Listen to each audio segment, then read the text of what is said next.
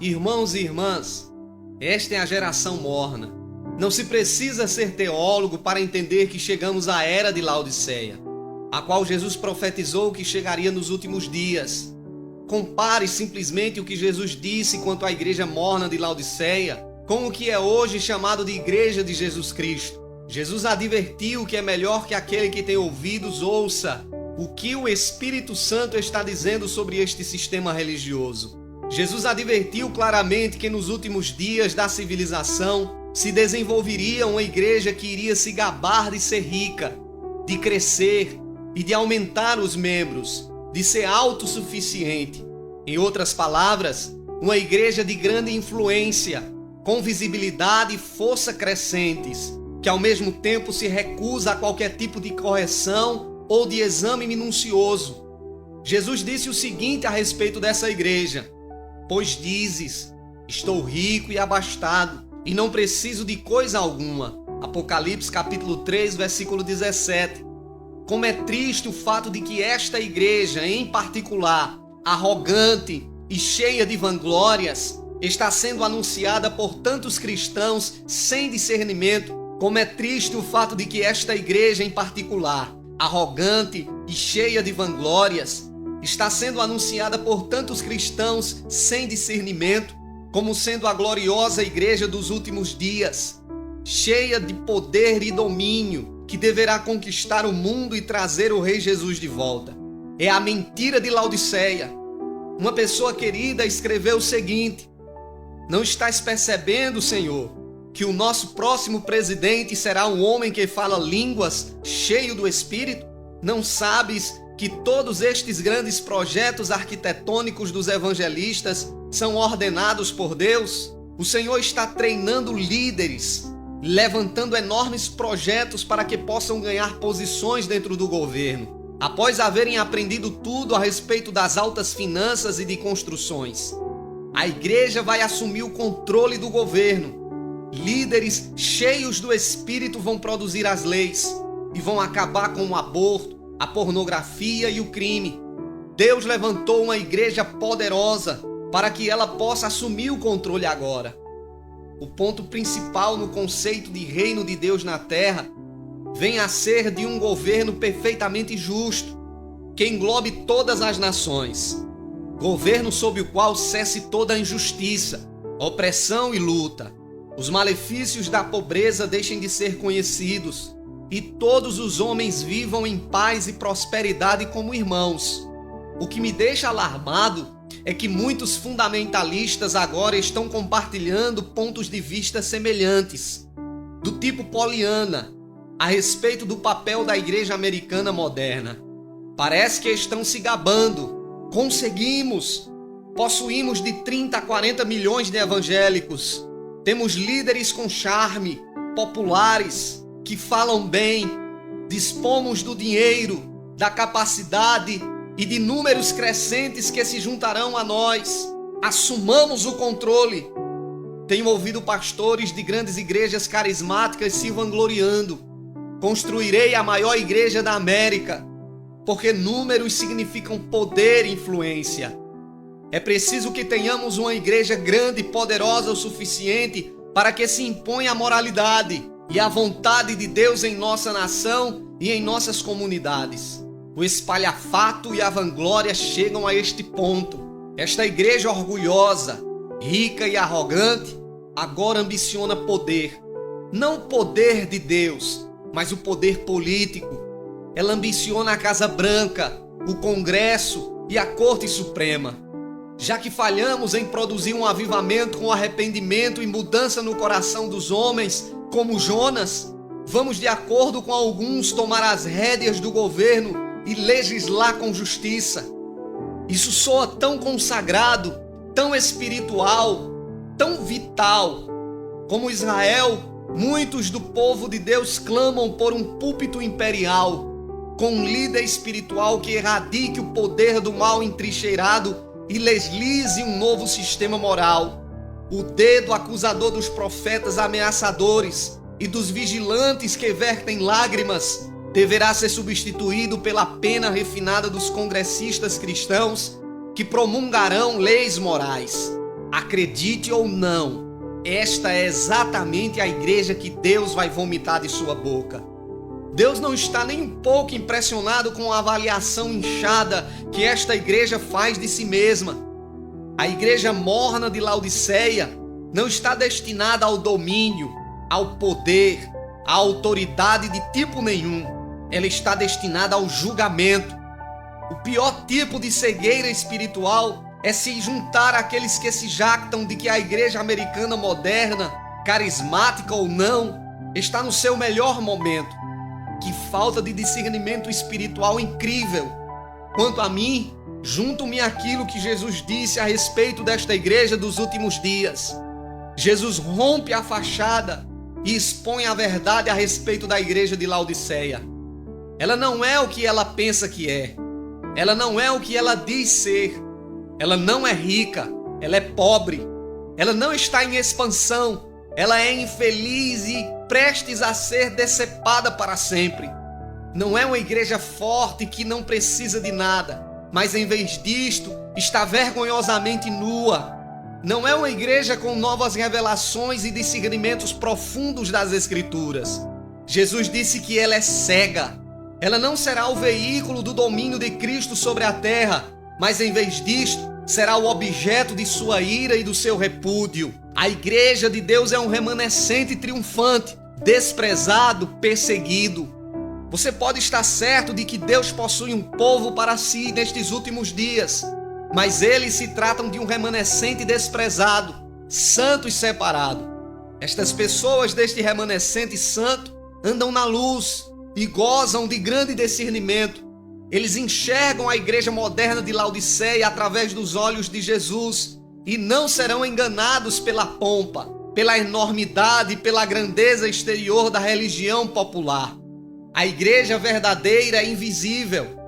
É uma igreja arrependida. Deseja ardentemente a volta de Cristo amado. A igreja verdadeira não pode de maneira alguma desfrutar dos favores e da boa vontade do mundo. Cremos e trememos a palavra de Deus ou não? Quando será que vamos enfrentar o que Jesus previu que aguardaria aqueles que negam a si próprios, tomam a sua cruz e o seguem? Jesus disse: se o mundo vos odeia, sabei que primeiro do que a vós outros me odiou a mim. Se vós fosseis do mundo, o mundo amaria o que era seu. Como todavia não sois do mundo, pelo contrário, dele vos escolhi, por isso o mundo vos odeia. Lembrai-vos da palavra que eu vos disse: não é o servo maior do que o seu senhor. Se me perseguiram a mim, também perseguirão a vós outros. Se guardaram a minha palavra, também guardarão a vossa. Tudo isto, porém, vos farão por causa do meu nome, porquanto não conhecem aquele que me enviou. João capítulo 15, versículo 18 ao 21. Ao falar do que acontecerá aos santos nos últimos dias, Jesus disse: lançarão mão de vós e vos perseguirão, entregando-vos às sinagogas e aos cárceres, levando-vos à presença de reis e governadores por causa do meu nome. Lucas capítulo 21, versículo 12. Jesus prosseguiu para prevenir quanto à traição: e matarão alguns dentre vós, e todos serei odiados por causa do meu nome. Lucas capítulo 21, versículo 16 e 17. Paulo declara enfaticamente, todos quantos querem viver piedosamente em Cristo Jesus serão perseguidos. 2 Timóteo capítulo 3, versículo 12. É completamente impossível para a igreja verdadeira ou para qualquer um dos seus líderes ser aprovada ou aceita pelo mundo. Um homem piedoso, uma igreja piedosa serão perseguidos e caluniados pelo mundo, pelos seus reis e governantes. Jesus não permitirá nenhuma exceção a esta regra, pois ele advertiu: ai de vós, quando todos vos louvarem, porque assim procederam seus pais com os falsos profetas. Lucas capítulo 6, versículo 26. Ai desta igreja de Laodiceia e de suas aspirações políticas. Se o mundo lhe aceita, isso só pode ser resultado da remoção da acusação procedente da cruz. Porque quase 2000 anos a igreja de Jesus Cristo tem sido rejeitada e perseguida pelo mundo. O sangue de milhões de mártires rejeitados clama do solo. Durante séculos, homens e mulheres de Deus dirigidos pelo Espírito foram queimados na estaca, cerrados ao meio, perseguidos e abatidos como animais. Santos de Deus foram degolados, outros foram afogados, muitos foram lançados aos leões. A Bíblia diz que todos morreram na fé e que o mundo não era digno deles. Devo eu agora crer que Jesus mudou de ideia e tem resolvido encerrar os séculos com a igreja morna, rica, mimada, jactanciosa, centralizada em si própria? Será que o último exército de Deus irá consistir de obreiros eleitorais que saem procurando votos? Será que os ganhadores de almas serão substituídos por grupos que saem pelas estradas e pelos montes em busca de assinaturas em favor de suas causas sociais? A grande preocupação de Deus é com a igreja que se declara batizada no Espírito. A igreja morta, fria, liberal, há muito se afrouxou quanto aos caminhos do pecado. Ela não vem a ser a preocupação prioritária de Deus nesses últimos dias. Há denominações inteiras que se tornaram pagãs. O Espírito de Deus as deixou há anos atrás. Mas Deus se concentra nas igrejas evangélicas e nas carismáticas, nas organizadas ou não, em suas congregações e ministérios. Foi do interior do corpo carismático de crentes que toda a pregação de prosperidade irrompeu. Aqueles que se declaram batizados pelo Espírito e guiados pelo Espírito são os que vão à frente e dizem: Deus quer que você seja rico, cheio de bens e autossuficiente em tudo. Foi a partir deste corpo que nasceram as novas doutrinas de domínio terreno. Tenho sido um pregador carismático por mais de 30 anos e posso dizer com Paulo: falo em línguas mais do que todos vocês, mas me angustio a respeito das seduções e das falsas doutrinas que agora estão varrendo tantos crentes carismáticos sem discernimento. Multidões deles estão sendo enganadas, induzidas ao erro, trapaceadas e arrebatadas por doutrinas dos demônios. O que Deus lamenta é a mescla que está sendo introduzida nos círculos carismáticos. Mescla é sinônimo de mornidão. A gente encontra esta mescla para todo lado onde se olha hoje em dia. Assista a um assim chamado concerto de rock cristão, por exemplo. Que mescla incrível! Geralmente começam assim: aqui estamos só para ministrar Jesus, para glorificá-lo. Você vai ouvir uma conversa adocicada a respeito de santidade, de arrependimento e de se deixar tudo por Jesus. Então, de repente, o espírito de Elvis Presley parece cair sobre eles, e estes são transformados bem na sua frente em roqueiros da pesada que se balançam, desinibidos e sensuais. Antes do fim do programa, você vai ouvi-los se vangloriando: vamos levar Jesus até onde a igreja nunca chega, para os bares, para os concertos seculares, para a MTV. Estamos orando para que Deus nos conceda os ouvidos do mundo. Queremos alcançar a multidão que o mundo alcança. Se for para eu acreditar no que Jesus disse, eles seriam apedrejados com tomates por aquela multidão e vaiados até saírem do palco. Quer dizer, se eles verdadeiramente ministrassem no Espírito, quanto mais cantassem para Jesus, mais seriam odiados e desprezados. Os cantores de gospel que estão recebendo louvor e aceitação do mundo perderam a presença de Jesus, que é exatamente aquilo que causa a rejeição. O Evangelho de Jesus Cristo é uma ofensa ao judeu, uma loucura para o gentio. A mentira de Laodiceia inclui a rejeição da volta súbita e iminente de Cristo. Você consegue acreditar no que estão pregando agora? Estão dizendo: Jesus não pode voltar enquanto não conquistarmos a terra.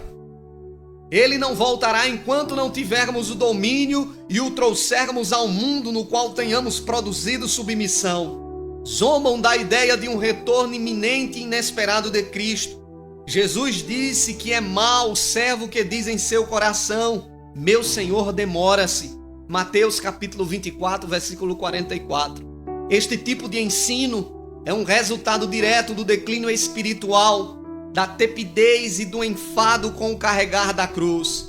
Quando o amor por Jesus está em chamas, há um desejo ardente pelo seu breve retorno, há um anseio de estar com Ele, contemplar a sua glória. Mas agora, porque abunda o pecado, o amor de muitos se esfria. O autossacrifício e a autonegação são repudiados, e a igreja se apressa em buscar a honra e o poder deste mundo.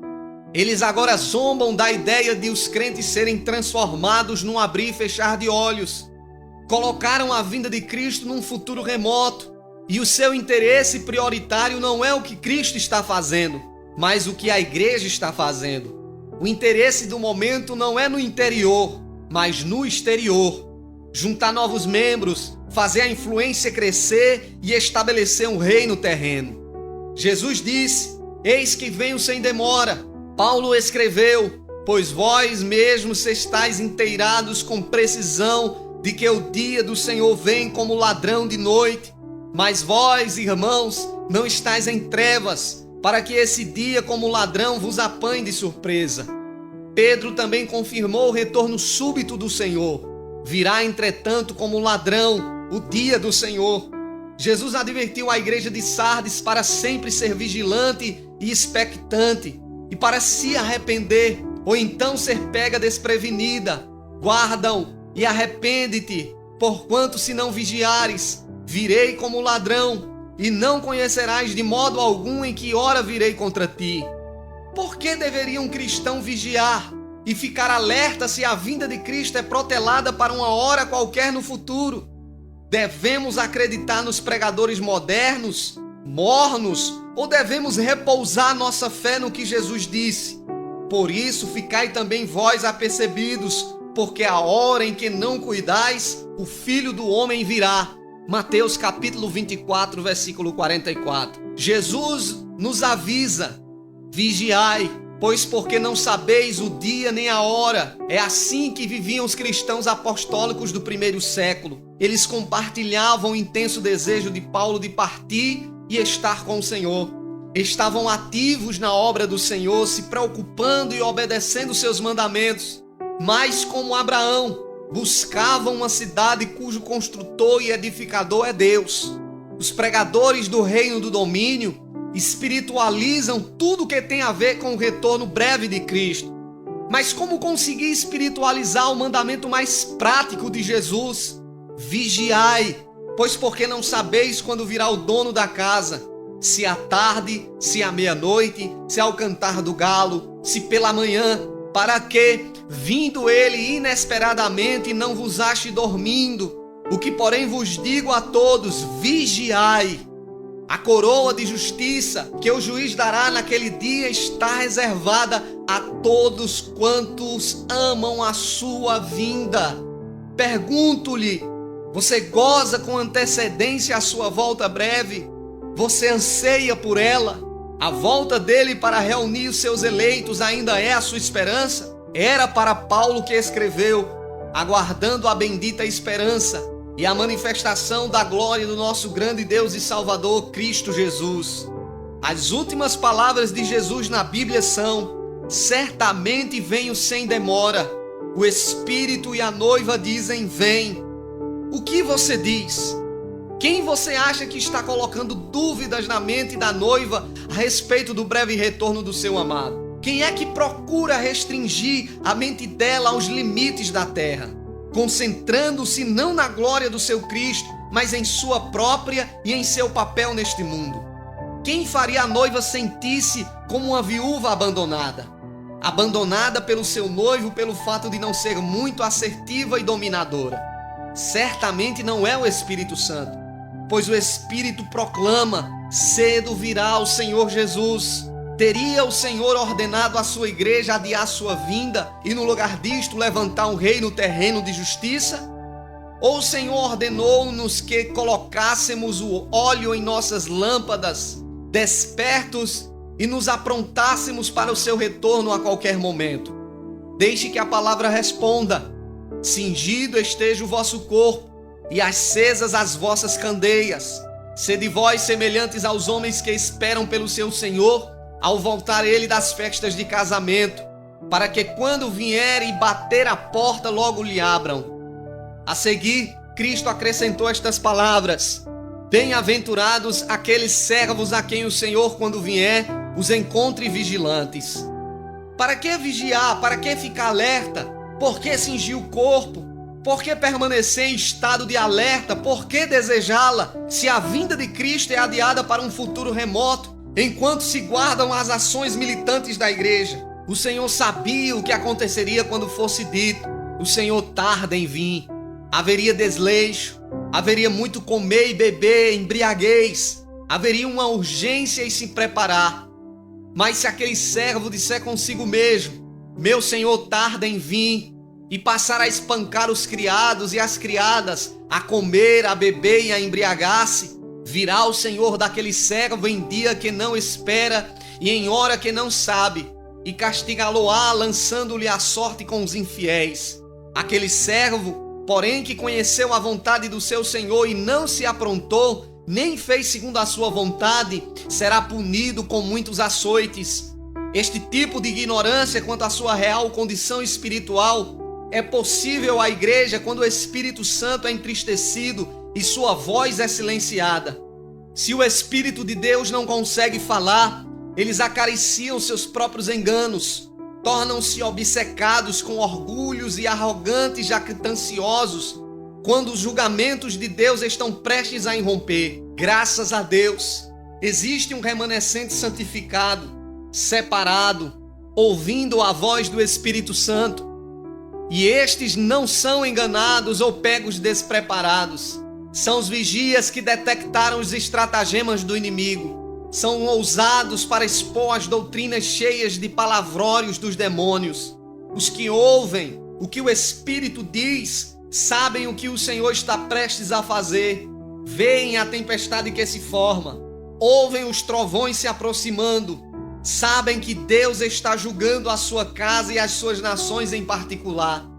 A igreja de Laodiceia se autoelegeu sem nenhuma direção do Espírito Santo, não para iluminar o mundo, mas para o dominar. Ela se transformou na maior mestre de mentiras do universo. Está confiante em sua própria força e sabedoria ao mesclar as falsidades do anticristo com a verdade do Evangelho. Ela decidiu acabar com a grande distinção que Cristo colocou entre a igreja e o mundo. Necessitamos manter-nos fiéis ao conceito apostólico do reino de Cristo. Os apóstolos enxergaram na pessoa sobrenatural do rei uma prévia da grandeza e da glória do seu reino. Como filho de Deus encarnado e possuindo todo o poder no céu e na terra, o seu reino, apesar de na terra, não podia ser comparado com os reinos terrenos. O seu símbolo era a cidade santa, a nova Jerusalém descendo de Deus vinda do céu. E como rei se tratava de um homem que se levantou dos mortos imortal, podendo assim ser o eterno soberano da parte de Deus. Assim também deveriam ser todos aqueles que o ajudariam na administração do seu governo. Os seus reis e sacerdotes necessitariam ser feitos à sua semelhança. E somente sob um governo celestial deste tipo, uma ordem social perfeita poderia ser estabelecida e todas as nações habitar em paz sob o seu domínio. Os apóstolos sempre distinguiram com clareza a obra sacerdotal atual do Senhor nos céus, que se iniciou em sua ascensão, de sua régia obra futura na terra. Foi ao Pai para ser feito o grande sumo sacerdote, intercedendo sempre no lugar santo supremo. Ao findar esta obra de intercessão e ao ser a igreja seu corpo reunida e tornada perfeita, aí e só aí ele assentar-se-á no trono da sua glória e iniciará o seu trabalho de juiz e rei. Em sua ascensão, ele foi investido de toda autoridade, mas o exercício atual desta autoridade é providencial e invisível. Sua autoridade mesmo agora é suprema. Apesar de o mundo ainda não tê-lo conhecido, reconhecido como rei, a esfera do seu governo visível é agora a própria igreja, onde a sua vontade é tornada conhecida pelo Espírito na escolha dos ministros e em toda a sua administração. Só ao retornar e assumir o controle do reino é que o seu governo sobre as nações será revelado, e todos os líderes o reconhecerão como sendo a fonte de toda a sua autoridade. Aí então ele assume o seu grande poder e reina. Até que chegue este tempo, a igreja precisa estar no mundo como ele esteve, tendo as suas reivindicações não reconhecidas, rejeitadas e expostas à inimizade e à censura. Só quando ele adentrar o seu escritório real é que a igreja poderá reinar com ele. Este é o conceito apostólico do reino de Cristo. Difere muito dos que ensinam que Cristo comissionou a igreja para administrar o reino na sua ausência e levar a todas as nações à obediência e fazê-lo retornar como rei ao mundo onde os inimigos já estão todos postos sob os seus pés. Ensinam que Cristo só voltará depois que todas as nações crerem nele e que a justiça e a paz encherem toda a terra. Esta é uma divergência radical do que os apóstolos ensinaram. Roma desenvolveu esta doutrina do domínio alguns séculos atrás. Ela foi formulada por Agostinho em sua Cidade de Deus. A igreja então reivindicou governar em nome de Cristo na ausência dele. Completaram o ensino chegando à sua conclusão lógica, declarando a supremacia absoluta do seu bispo, o Papa. Quando o primeiro amor se esfria e a volta do Senhor é adiada indefinidamente, os laodiceanos se cansam de carregar a cruz e começam a perguntar: será que estas palavras desencorajadoras do Senhor e dos apóstolos não deveriam ser limitadas à sua própria época? Será que a hostilidade do mundo para com a igreja precisa durar até o fim? Será que isto é consistente com a sua missão celestial e com o evangelho de amor? Ele não disse que o evangelho deveria ser como um fermento levedando a massa e como um grão de mostarda crescendo até ser uma árvore? Ele não disse que todo o poder agora é meu? Ele não chama a si próprio de príncipe dos reis da terra? Não é verdade que o valente Satanás precisa ser amarrado antes que dividamos os seus despojos? E quando no 4º século Constantino, o imperador romano, se tornou um crente e o cristianismo passou a ter o poder imperial por detrás, formou-se uma crença quase universal de que o dia do sofrimento e da perseguição havia passado. De todos os rincões cristãos subiu o brado jubilante: Satanás está preso, chegou o dia da vitória, Cristo reina através da sua igreja. Agora as profecias se cumprirão, as nações se encaminham para a tua luz e os reis para o resplendor que te nasceu. Que grande engano! Os de Laodiceia não reconhecem Satanás como Deus deste mundo. Há uma negação prática do poder de Satanás como príncipe deste mundo. Não podem negar sua existência, porque ela foi testificada de maneira extremamente clara pelo Senhor e os apóstolos. E nem podem dizer que o seu poder foi derrubado e que ele não precisa mais ser temido. São Paulo chamou de Deus deste mundo, e São João disse: o mundo inteiro jaz no maligno. No Apocalipse ele aparece sob o símbolo do dragão, como o inimigo ativo de Deus e do seu Cristo, e isso vai até a derrota do anticristo e até que ele próprio é aprisionado. Apocalipse 19:20. Porém, apesar de todas estas claras declarações e do reconhecimento contínuo de várias formas de atividade satânica em pessoas, os laodiceanos agora dizem: Satanás não reina mais, ele está preso, ele não pode oferecer nenhuma oposição efetiva à nossa unidade, à nossa atividade missionária e ao estabelecimento do reino através de nós. Não há muita concordância quanto à época em que ele foi preso, argumentam.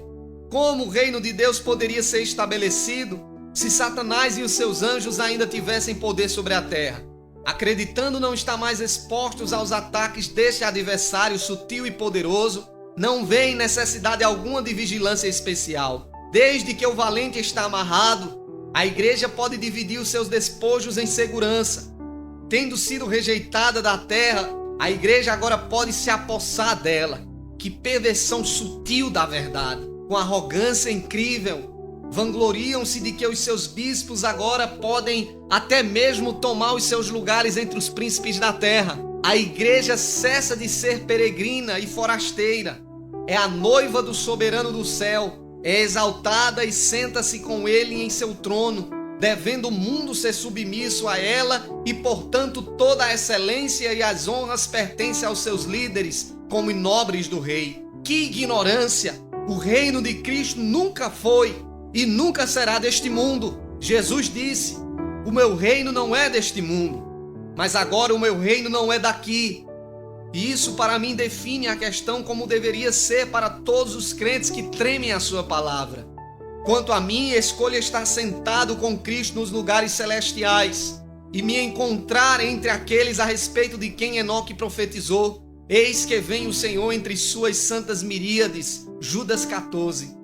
Os laodiceianos podem ter este mundo atual e todos os seus reinos e glória.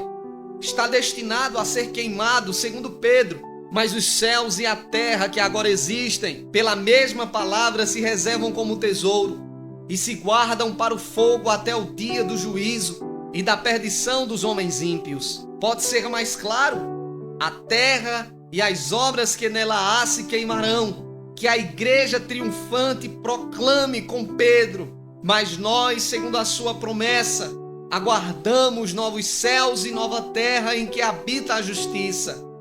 Igreja de Jesus Cristo, que nenhum homem lhe engane quanto à volta de nosso Senhor. Conforte-se com a promessa de nosso Senhor, porquanto o Senhor mesmo, dada a sua palavra de ordem, ouvida a voz do arcanjo e ressoada a trombeta de Deus, descerá dos céus, e os mortos em Cristo ressuscitarão primeiro. Depois nós, os vivos, os que ficarmos, seremos arrebatados juntamente com eles, entre as nuvens para o encontro do Senhor nos ares. E assim estaremos para sempre com o Senhor. Consolai-vos, pois, uns aos outros com estas palavras.